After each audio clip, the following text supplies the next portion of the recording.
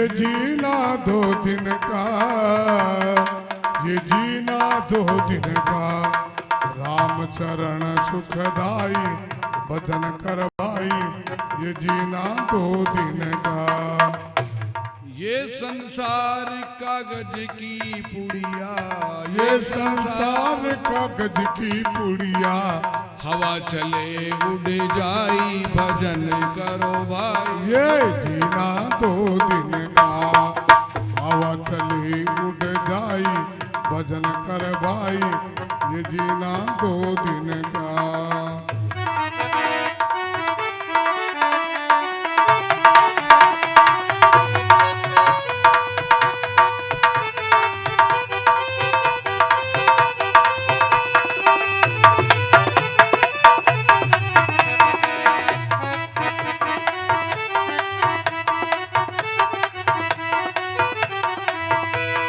ये जीना 2 दिन का, ये जीना 2 दिन का, राम चरण सुखदाई भजन कर भाई, ये जीना 2 दिन का।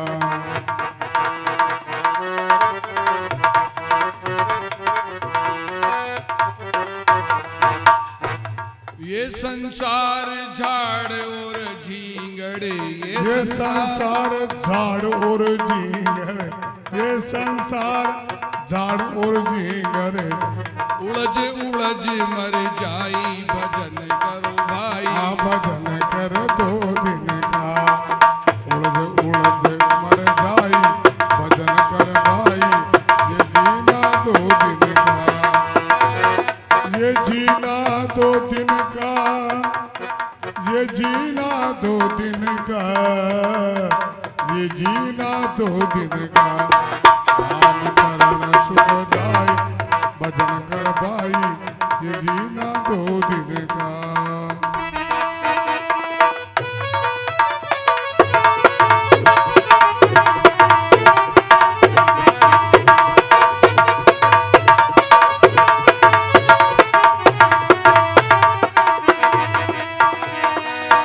जीना 2 दिन का, ये जीना 2 दिन का, ये जीना 2 दिन का, ये जीना 2 दिन का, राम चरण सुखदाई भजन कर भाई, ये जीना 2 दिन का।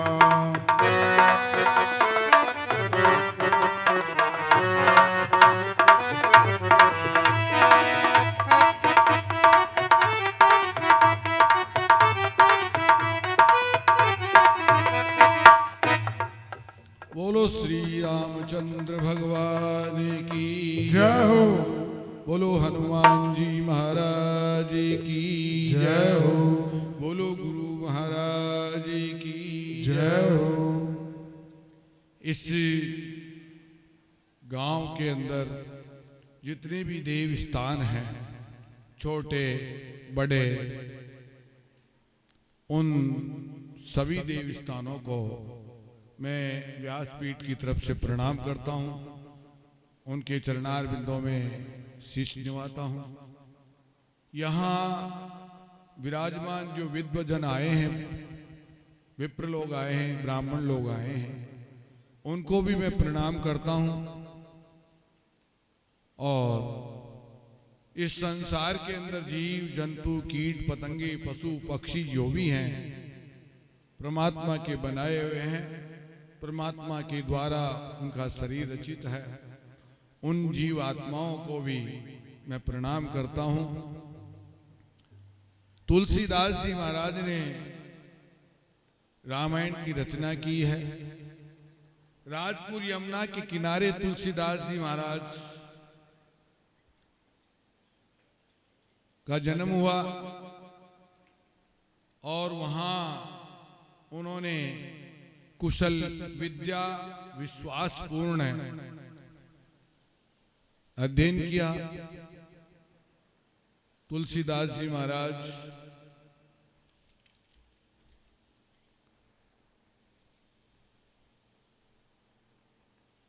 उनका जब जन्म हुआ था तो ऐसा वर्णन है कि तुलसीदास जी महाराज जन्म लेते ही उनके मुखारविंद से सुना गया कि राम बोलो, ऐसा, और उनके मुंह में पूरे दांत थे।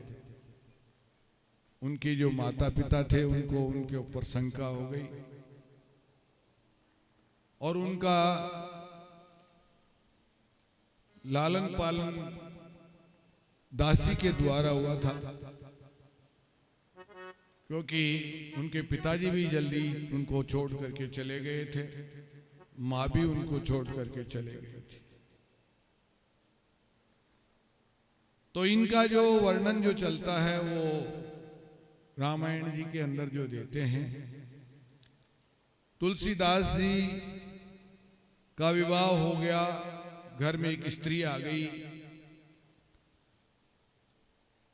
और स्त्री से तुलसीदास जी महाराज का विशेष स्नेह हो गया, प्रेम हो गया, क्योंकि ये विष्णु ही माया है, प्रभु की लीला है। सृष्टि की रचना करने के लिए भगवान ने ये माया रची है। अगर नहीं रचते तो इस संसार की रचना भी नहीं होती। तो उनका विवाह हो गया। जब उस विवाह होकर के वो स्त्री को लेकर के अपने घर आ गए तो उसका भाई उसे बुलाने के लिए आया। तुलसीदास जी उसकी विदाई नहीं किए। तुलसीदास जी ने मना कर दिया कि नहीं भेजूंगा। स्त्री को भेजने से मना कर दिया। स्त्री ने माता के यहाँ जाने की हट की कि मैं तो जाऊंगी मेरे पियर। तो उन्होंने कुछ नहीं, मना कर दिया कि नहीं जाना। जब वह किसी काम को, यानी तुलसीदास जी महाराज किसी काम से बाजार में निकल गए, पीछे से अपने भाई के साथ में तुलसीदास जी की पत्नी, यानी उस भाई की बहन, वो वहां से चले जाती है। बहन को ले गया वो भाई। तुलसीदास जी घर आए तो उनको वहां पर कुछ नहीं मिला। प्रेम के वश में बड़े दुखी हो गए। स्त्री को वहां नहीं मिलने के कारण बड़ा दुखी हो गया उनका मन, और सोच में पड़ गए, विचार करने लग गए क्या किया जाए। उस दिन ऐसा योग था कि बरसात भी बड़ी तेज हो रही थी। आकाश में बादल जो काले पीले हो रहे थे, बिजलियां चमक रही थी, यमुना में बाढ़ आ रही थी, रात ऐसी अंधेरी थी। उस अंधेरी रात में कुछ दिखाई नहीं दे रहा था, कुछ सूझ नहीं रहा था। उस समय उनके मन में जो भाव थे कामना के, वो बहुत व्याकुल किया उन्होंने। काम जो है, कामना ने उनको बहुत व्याकुल किया। और उसी समय स्त्री का मन में स्मरण करके तुलसीदास जी महाराज वहां से ससुर के घर यानी ससुराल को चल दिए। यमुना जल से भरी, यमुना के अंदर बाढ़ आ रहा था, उसमें कूद जाते हैं, कूद पड़े, तैरने लगे। मन में भय नहीं किया उन्होंने, डर नहीं किया, किसी प्रकार का उनके मन में भय नहीं हुआ कि मैं डूब जाऊंगा, मैं मर जाऊंगा। मध्य रात्रि का समय था। ससुर के द्वार पे पहुंच गए तुलसीदास जी महाराज, और घर पे पहुंचने पर उन्होंने किवाड़ बंद देखे। मध्य रात्रि में किवाड़ कौन खोलेगा भैया। और पीछे की जो दीवार थी उस पर एक सर्प लटक रहा। उस मेड़ी के अंदर झरोखे भी रखे जाते थे। इसी प्रकार वहां पर भी एक मेड़ी बनी हुई थी, झरोका था। उस झरोके के ऊपर से एक सर्प लटक रहा था। उस सर्प को पकड़ करके तुलसीदास जी उस झरोखे के माध्यम से मैडी में प्रवेश कर जाते हैं। स्त्री के पास जाकर के स्त्री को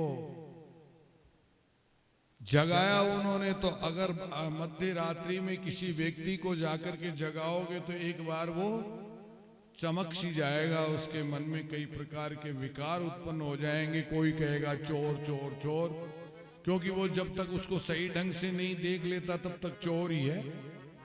जब उसको ढंग से देखेगा तभी कहेगा कि ये तो फलाना है। तो तुलसीदास जी की पत्नी भी चौकन्नी हो गई और डर गई। फिर पहचान कर बड़ी शंका की और बाण के समान बोली। तुलसीदास जी को पहचान करके फिर बोली। तो क्या बोलती है तुलसीदास जी महाराज? चौपाई के माध्यम से लिखते हैं, धिग धिग धिग तोहे प्राण प्यारे, चाम हाड अति नीरस हमारे। श्री राम जय जय राम, श्री राम जय जय राम।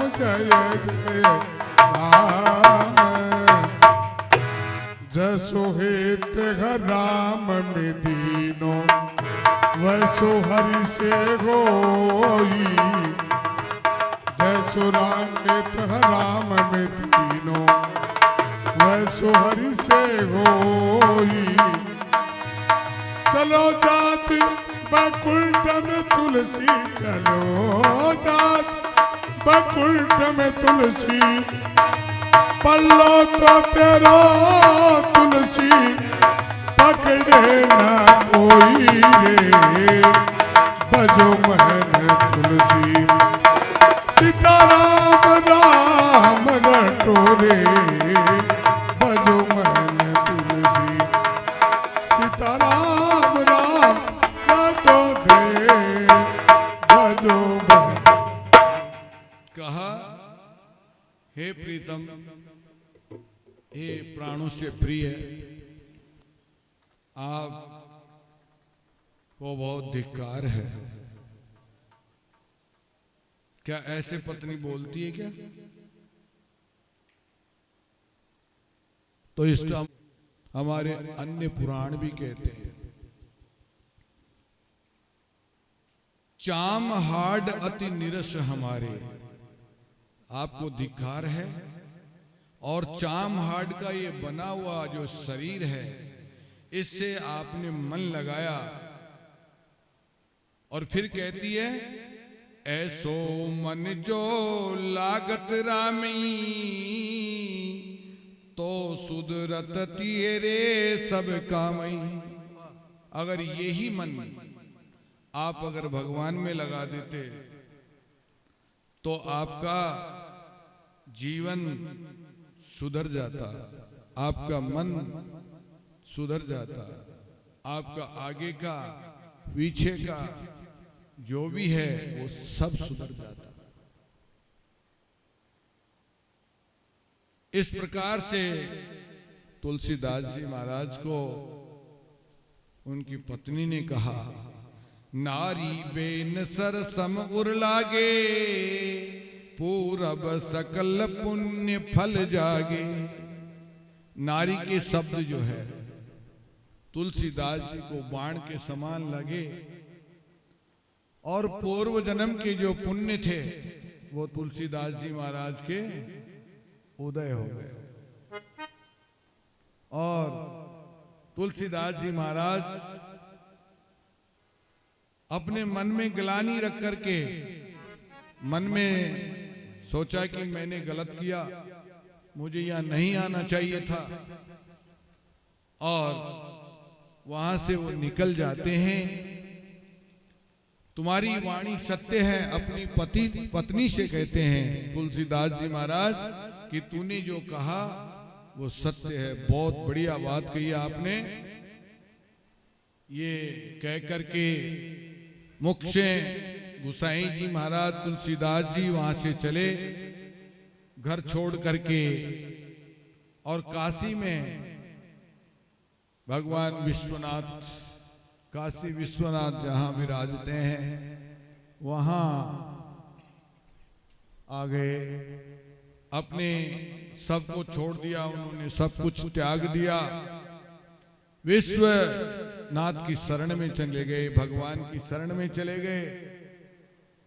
मुझे राम की भक्ति दीजिए, भगवान से प्रार्थना करने लगे, हे प्रभु, हे विश्वनाथ, हे भोलेनाथ, हे देवों के देव, हे महादेव, आप मुझे जो है राम की भक्ति दीजिए, मुझे कुछ नहीं चाहिए। हम क्या मांगते हैं? भगवान एक तो बेटो दे, एक बहू दे बढ़िया सुंदर सी, और मेरे पास में बढ़िया फॉर्च्यूनर गाड़ी होनी चाहिए, बढ़िया फर्स्ट क्लास बंगला होना चाहिए, बंगले में भी डल्लब के गद्दे लगे हुए होने चाहिए, डल्लब के गद्दों के साथ में एसी लगी हुई होनी चाहिए।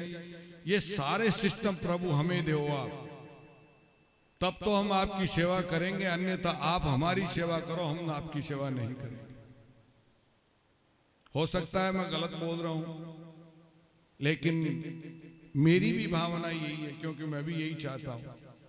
आप कितने मैं भी तो हूं, लेकिन नहीं, प्रभु से अगर मांगना है तो भक्ति मांगो। प्रभु से अगर मांगना है कि प्रभु इस संसार से हम जाएं तो हमारे को आपके श्री चरणों में जगह मिले, ऐसे हमारे भाव होने चाहिए। ये धन, ये दौलत, ये संसार, जो हमने आपको पहला एक भजन सुना दिया कि ये संसार झाड़ और झींगड़, उलझ उलझ मर जाना है। अगर उलझना है तो फिर देख लो, और अगर नहीं उलझना है तो फिर प्रभु का नाम स्मरण करते रहो। कथा में भी बैठ करके प्रभु के नाम का स्मरण कर सकते हैं, कथा भी सुन सकते हैं और नाम भी स्मरण कर सकते हैं। तो आप लोग, मैं आपसे प्रार्थना करता हूं कि आप भगवान के नाम की ध्वनि कीजिए। बोलो सीताराम सीताराम सीताराम, जय सीताराम। सीताराम सीताराम सीताराम, जय सीताराम। सीताराम सीताराम सीताराम, जय सीताराम। सीताराम सीताराम सीताराम, जय सीताराम। सीताराम सीताराम सीताराम, जय सीताराम। सीताराम सीताराम सीताराम, जय सीताराम। सीताराम सीताराम सीताराम, जय सीताराम। सीताराम सीताराम सीताराम, जय सीताराम। सीताराम सीताराम सीताराम, जय सीताराम। सीताराम सीताराम सीताराम, जय सीताराम। सीताराम सीताराम सीताराम, जय सीताराम। सीताराम सीताराम सीताराम, जय सीताराम। बोलो राजा रामचंद्र भगवान की जय हो। तुलसीदास जी महाराज काशी विश्वनाथ के दर्शन करके और फिर वहां से जो है वराह क्षेत्र में आ गए, और वहां आकर के उन्होंने एक गुरु बनाया, और गुरु की अत्यंत सेवा करके तुलसीदास जी महाराज ने आध्यात्मिक रामायण पाई। यानी उन्होंने भगवान के भजन करके, और तुलसीदास जी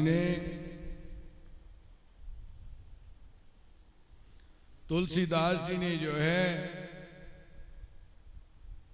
प्रभु की कृपा से रामायण का ज्ञान उन्होंने पाया, और वहां पर बैठकर के तुलसीदास जी काशी में रघुनाथ जी का अनन्य भक्त हुए। भजन करते हुए बहुत समय बीत गया। शिव जी भगवान भी उनके ऊपर प्रसन्न हो गए। वह रामायण को वहां नित्य जो है सुनने जाया करते। कथा समाप्त होते फिर वहां नहीं ठहरते। ऐसे तुलसीदास जी वहां कथा सुनते थे। हाथ में कमंडल लेकर के सोच के लिए जाना। देखिए शब्दों का कितना बड़ा महत्व है। हमने शब्दों का जो है जाल इस तरीके का बुन लिया, हमारी भाषा इस तरीके से बोलने लग गए जिससे वो शब्द अच्छे नहीं लगते हैं। क्यों?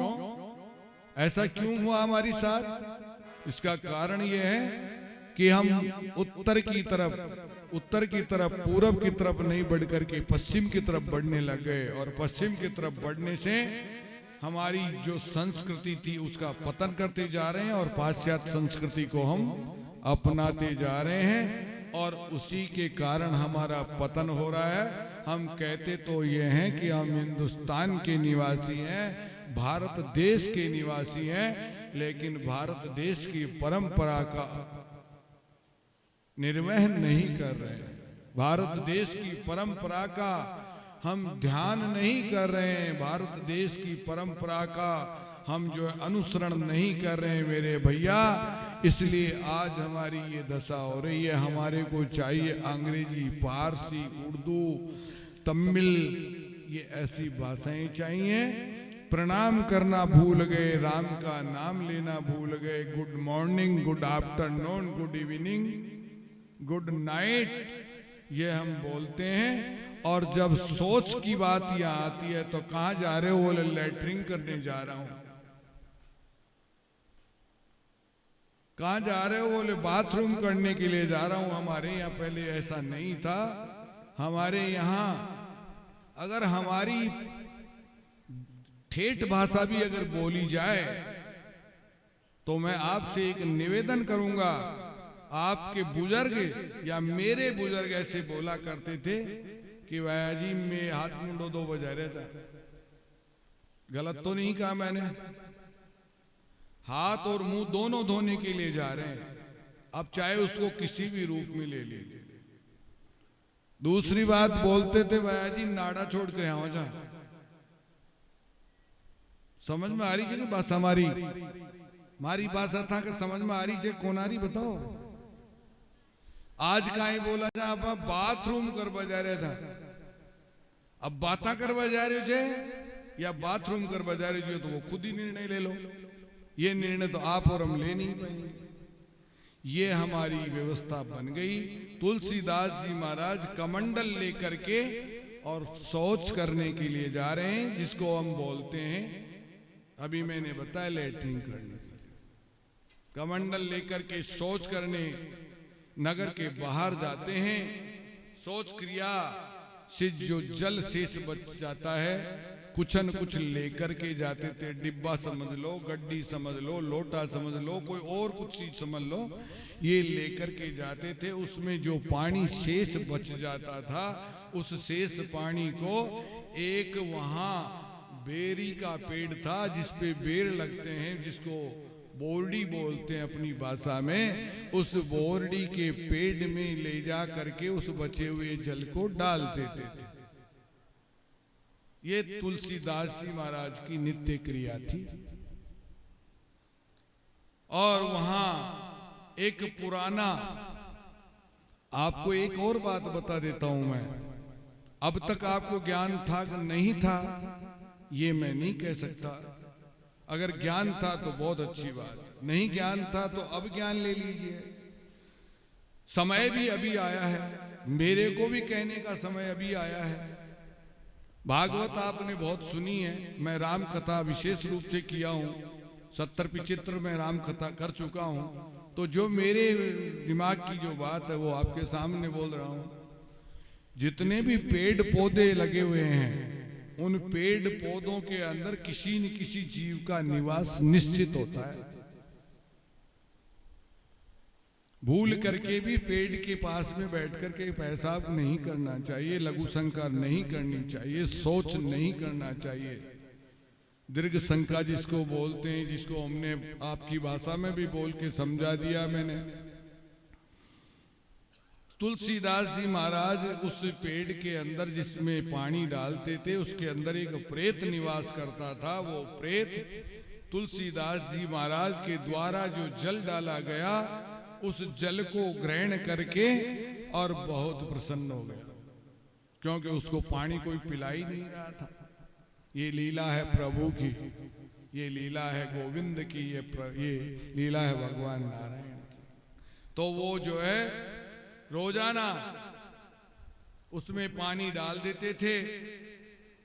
अपवित्र जल को पी करके भी वो आत्मा जो है प्रसन्न होती है। गोसाई जी, कौन कहता है ये बात? वो प्रेत कहता है, गोसाई जी मैं आपके ऊपर बहुत प्रसन्न हूं। जब आवाज आई, तुलसीदास जी महाराज चारों तरफ देखने लगे कि यहां कौन बोल रहा है, कौन है। यहां तो अगर ऊपर से कोई पत्थर भी गिर जाता है तो रात को कहते महाराज जोरदार धमाका हुआ, जमा के दो। अगर बिल्ली भी कूद गई मान लीजिए छत के ऊपर वो जोर से, तो धमाका हुआ। बोले रात को धमाके होते महाराज हमारे यहाँ, कोई उपाय बताओ। महाराज क्या बताएंगे? बिल्ली कूद गई, धमाका हो गया। इलाज आपके ही पास में है, मेरे पास में तो नहीं है। ये मैं और बता देता हूं, आपका इलाज आपके ही पास में है। धमाके से चमकते हो और उठ करके बैठे हो जाते हो, तो धमाका देख करके ऐसे वैसे देखने की बजाय आपके मुंह में से राम का नाम निकले तो वो धमाका तो बंद हो जाएगा। और अगर आपका राम का नाम नहीं निकले और आपके अगर मन में शंका हो गई तो भूत पैदा हो जाएगा।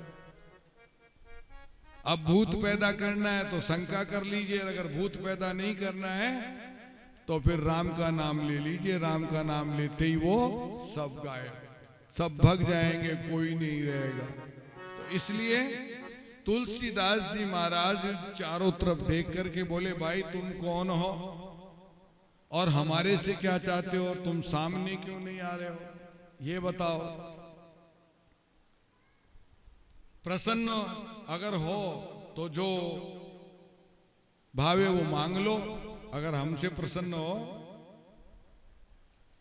तुलसीदास जी महाराज ने ऐसे, तुम कौन हो, कहां से आए हो, क्या है तुम, इस प्रकार से उन्होंने उस प्रेत से प्रसंग किया,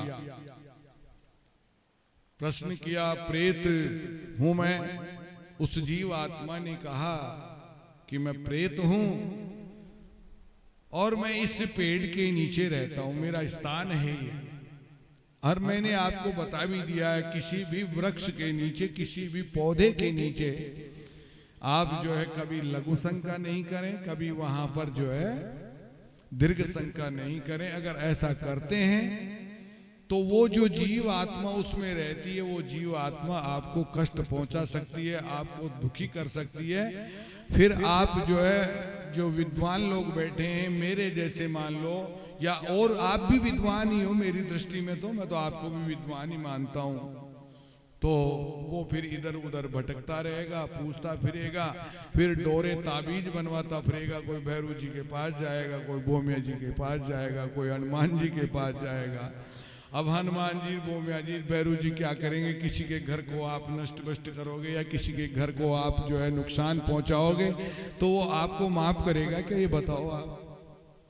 फिर ये विप्र लोग, ये जो देवता लोग हैं, पृथ्वी के माने हुए देवता यही हैं, ब्राह्मण जो लोग हैं, इनके बारे में ऐसा तुलसीदास जी ने भी लिखा है। ये विप्र लोग फिर ये कहते हैं भगवान से, भगवान इसका कष्ट दूर कर देना। भगवान जो है उस जीव आत्मा को मनाते हैं कि भैया अब जो है तूने दे दिया कष्ट, अब मत देना, ये जीव आत्मा है, इसकी गलती हो गई, इसको माफ कर देना। तब जाकर के हमारा पीछा छूटता है, नहीं तो वो पीछे लगा ही रहता है, किसी में भरने लग जाता है, किसी में निकलने लग जाता है, किसी को नुकसान देने लग जाता है। इसलिए इन चीजों से दूर रहने की, जो गंतव्य, जो स्थान हमने बना रखा है, उसी स्थान पे जाकर के दीर्घ शंका करें, उसी स्थान पे जाकर के लघु शंका करें। जिस स्थान को हमने भजन करने के लिए बना रखा है वहां भजन करें आप। पूरे मकान में एक ही कमरा ऐसा क्यों होता है जहां लोग बैठ करके भजन करते हैं? पूरे कमरों में भी भजन कर सकते हैं, लेकिन उस जगह का भाग्य उदय हो गया, वहीं बैठ करके भजन होंगे। चाहे हनुमान चालीसा ही क्यों नहीं पढ़ा, चाहे रामधुनी क्यों नहीं करता हो। अब ये भाव अगर हमारे हैं तो हमारे को श्रेष्ठ जीवन हमारा उद्धार हो जाएगा। और अगर ये भाव नहीं है हमारे, तो फिर जो है उलझ उलझ करके मरना ही है, इसमें कोई संदेह भी नहीं है। इस प्रकार से जो है उस प्रेत ने, तुलसीदास जी ने कहा तुम प्रेत हो तो प्रेत मनुष्य को क्या दे सकता है, और तुम कह रहे हो कि मेरे से मांगो मैं प्रसन्न हूं, तो आप मुझे क्या दे सकते हो वो बताओ। तुलसीदास जी महाराज को वो बार बार मन की बात जानना चाहते हो।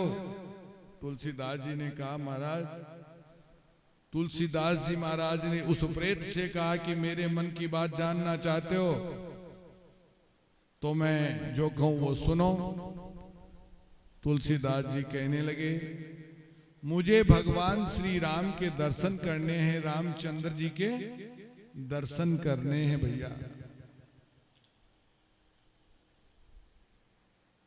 जीते जी मैं तुम्हारे गुण गान गाऊंगा, मैं तुम्हारे एहसान को नहीं भूलूंगा, मेरे ऊपर कृपा कर दो और मुझे भगवान के दर्शन करवा दो। उस प्रेत से कौन कहते हैं? तुलसीदास जी महाराज।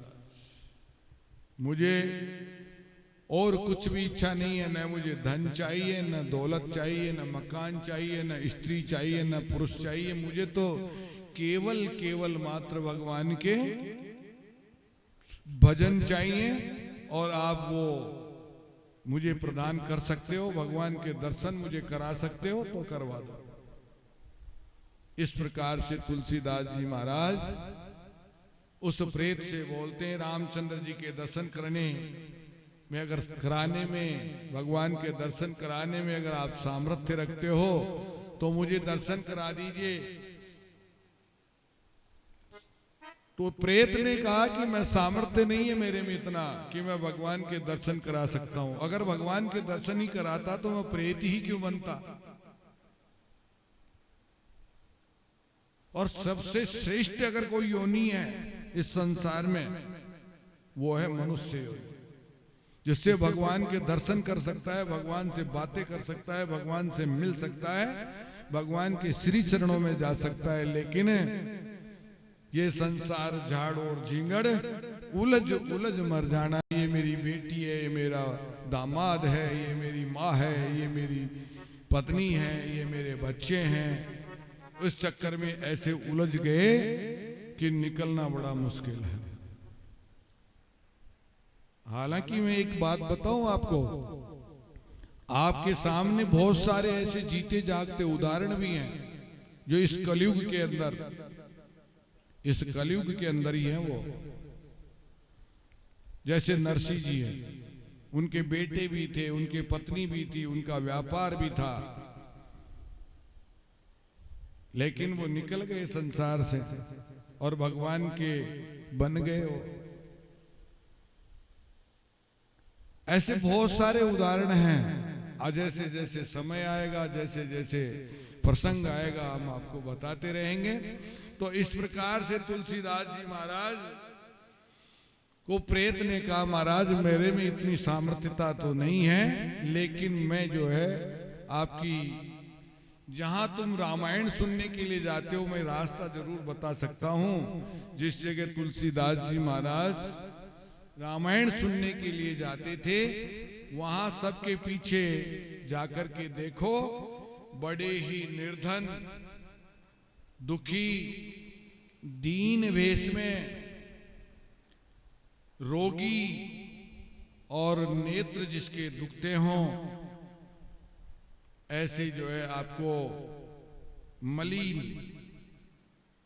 व्यक्ति जो है सबसे पहले आते ही जो है उस व्यक्ति को देखना, श्रोता के पीछे वो बैठते हैं उनके पास में सहज में चलते हैं। वो कमर में फटा दुपट्टा उनके पास लपेटे हुए हैं, और तुम सत्य महावीर जानो उनको, वो हनुमान जी हैं। जहां जहां कथा होती है राम जी की, वहां वहां हनुमान जी विराजमान रहते हैं, वहां कथा सुनने के लिए आते हैं। यहाँ भी आए हुए हैं, और वो किस रूप में है, किस वेश में है, ये तो प्रभु ही जाने, क्योंकि हमारी इतनी दिव्य दृष्टि तो है नहीं कि हम उसको पहचान सकें या हमको देख सकें, लेकिन वो जरूर आते हैं जहां भगवान के भजन होते हैं।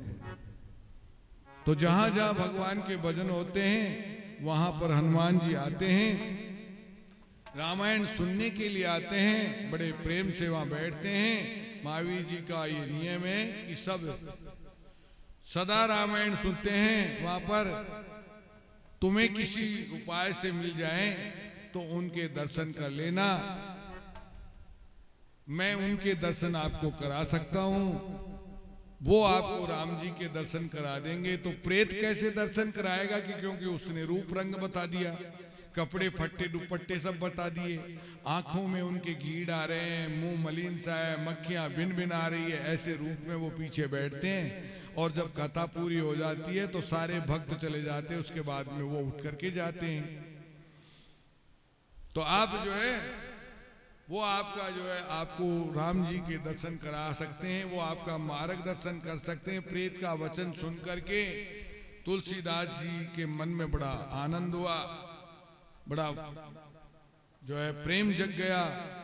उसे गुरु जान करके घर गए और कथा सुनने को तुरंत सिधारे। तुलसीदास जी महाराज जो है कथा सुनने के लिए जो है चलते हैं। जैसा उस प्रेत ने बताया था उसी स्थिति में एक मलिन टूटे फूटे वेश में कुरूप देखा, नेत्र विहीन समान बैठे थे वहां, जिनके नेत्रों के अंदर जो है कीड़ आ रहे हैं, आंखें दुख रही है। ऐसा भेष बना करके वो आते थे, और वहां जो है जैसा प्रेत ने बताया था, जैसे प्रेत ने कहा था, उस रूप में वहां तुलसीदास जी महाराज उनको मिलते हैं, दो हनुमान जी मिलते हैं। कथा समाप्त होती है जब तुलसीदास जी महाराज ऐसा ही देखते हैं, और देख करके गोसाई जी कुछ समय तक बैठे रहे। महावीर जी जड़ मूर्खा सा आकार लिए और वहां बैठे हैं। तब एकांत में देख और तुलसीदास जी महाराज दौड़ करके उनके चरणों में जाकर के पड़ जाते हैं, उनके पांव पकड़ लेते हैं और छोड़ते नहीं हैं। तब उन्होंने ऐसा कहा, अरे भाई तुम ये क्या कर रहे हो, मैं तो गंदा आदमी हूं, मक्खियां भिन भिन कर रही है, मेरा जीवन व्यतीत कर रहा हूं, तुम मेरे पीछे क्यों पड़ रहे हो। ऐसे तुलसीदास जी महाराज को हनुमान जी ने कहा, मेरे को छोड़ो छोड़ो भैया, मेरे को छोड़ो, मुझे छुओ मत, मेरे से दूर रहो। ऐसे तुलसीदास जी महाराज को जो है हनुमान जी महाराज कहते। तुलसीदास जी बोले, महाराज अब तुमको नहीं छोड़ सकता मैं, अब तो जो है मैं आपको छोड़ नहीं पाऊंगा, आपके साथ ही मैं तो आपके दर्शन करने के लिए चाहे मेरे प्राण ले लो, लेकिन मैं आपके दर्शन कर लिया, और आप मुझे भगवान के दर्शन कराओ, नहीं तो मैं तो छोड़ने वाला नहीं हूं, मैं तो आपके ही साथ में रहूंगा। आप चाहे कैसे भी हैं, मैले कुचले गंदे संदे जैसे भी हैं। अगर कोई बाबा जी अपने को इस रूप में मिल जाए और उसके अंदर बुदबू आती है तो मुंह के ऐसे रुमाल लगा करके और जल्दी से निकलो, इसमें बुदबू आ रही है, पता नहीं कौन से वेश में परमात्मा मिल जाए, ये कोई गारंटी नहीं है। लेकिन यहां तुलसीदास जी महाराज हनुमान जी महाराज के पीछे पड़ जाते। महावीर जी प्रसन्न होकर के बोले कि आपकी क्या इच्छा है, वो वर मांग लो। तुलसीदास जी बोले, अपना रूप दिखाओ, आप जिस रूप में हो वो।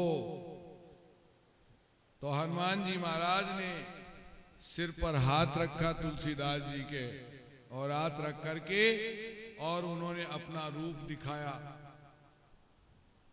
मुझे और कुछ नहीं चाहिए। तुलसीदास जी ने क्या कहा? मुझे और कुछ नहीं चाहिए। मुझे क्या चाहिए? मैं तो भगवान के दर्शन करना चाहता हूं। और हम मंदिर में जाते हैं तो कहते हैं बालाजी महाराज मेरे भी मकान बना देना।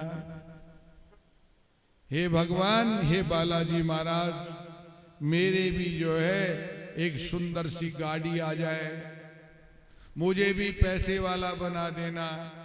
चाहे फिर शरीर में कीड़े पड़ पड़ करके ही मरते रहें, उसकी परवाह नहीं। ये नहीं कहेंगे कि भगवान मन तो जो है बढ़िया स्वास्थ्य दीजो और जो मिल रहे थे वो प्रेम सुमारो काम चले जावे, ऐसी मुझे व्यवस्था आप दे दे। लेकिन ऐसा कहना बड़ा कठिन है, बड़ा मुश्किल है। इसलिए जीव भगवान से मांगने के लिए जाता है, भगवान से मांगने की चेष्टा करता है। भगवान तो देते हैं तो बिना मांगे ही देते हैं, और नहीं देते तो चाहे कितना भी मांग लो, नाक रगड़ करके क्यों नहीं मर जाओ, कोई फर्क नहीं पड़ता। भगवान के आए हैं जो जाएंगे, राजा रंग फकीर। कोई सिंहासन चढ़ चले तो कोई बने जंजीर। तो ये प्रभु की लीला है, पर हमारी भावना यही है। तुलसीदास जी ने उनसे मांगा कि मुझे कुछ नहीं चाहिए, मुझे भगवान के दर्शन चाहिए, नारायण के दर्शन करना चाहता हूँ और इस संसार से छुटकारा पाना चाहता हूँ। ऐसे आप जो है मुझे भगवान राम के दर्शन करा दीजिए। तब भगवान के दर्शन हो जाएंगे, फिर बाकी क्या रह जाता है?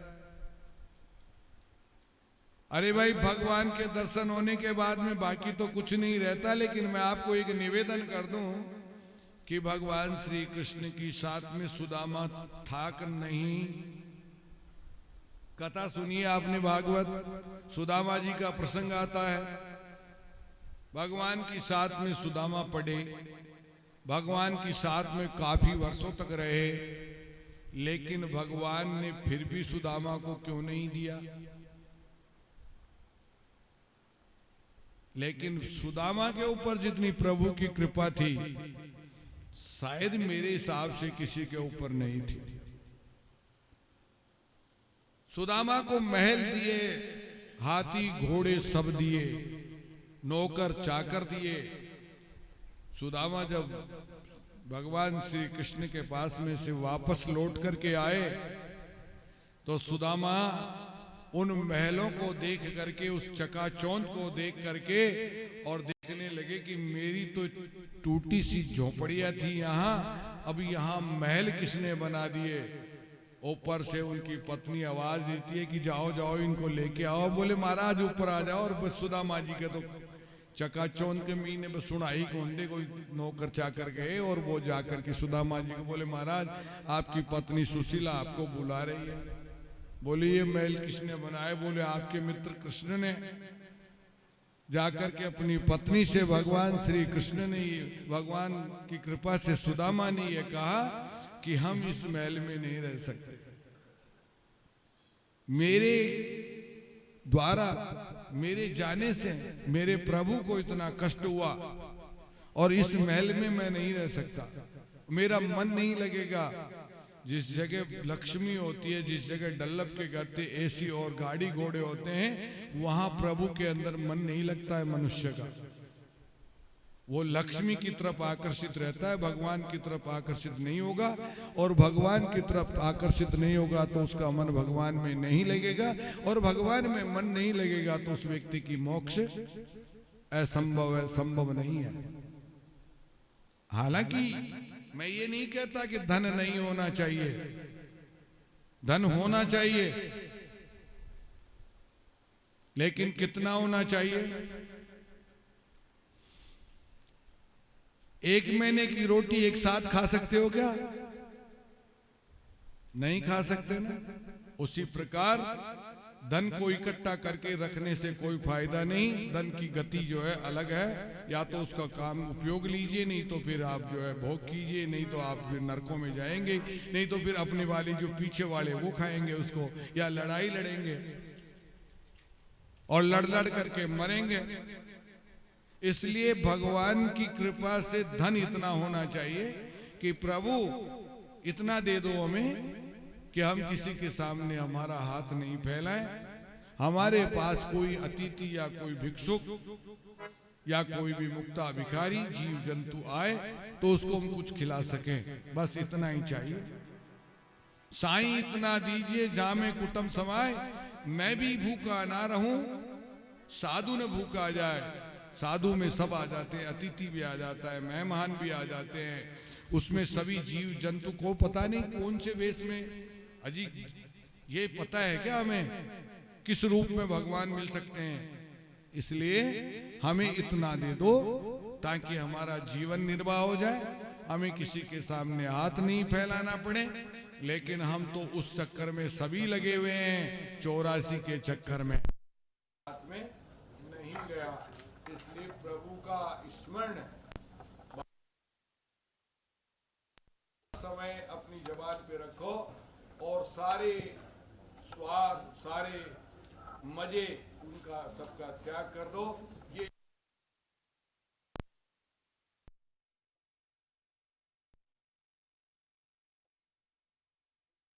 जमीन जायदाद कुआ कोठी मकान गाड़ी घोड़े लाव लश्कर नहीं रहेंगे। रहना तो चाहिए हमारे पास, लेकिन कितना, जिसमें हमारा जीवन निकल जाए, हमारे बच्चों का जीवन निकल जाए, हमारे घर वाले सुखी रहें, हम सुखी रहें, हमारा जीवन ऐसे रहे।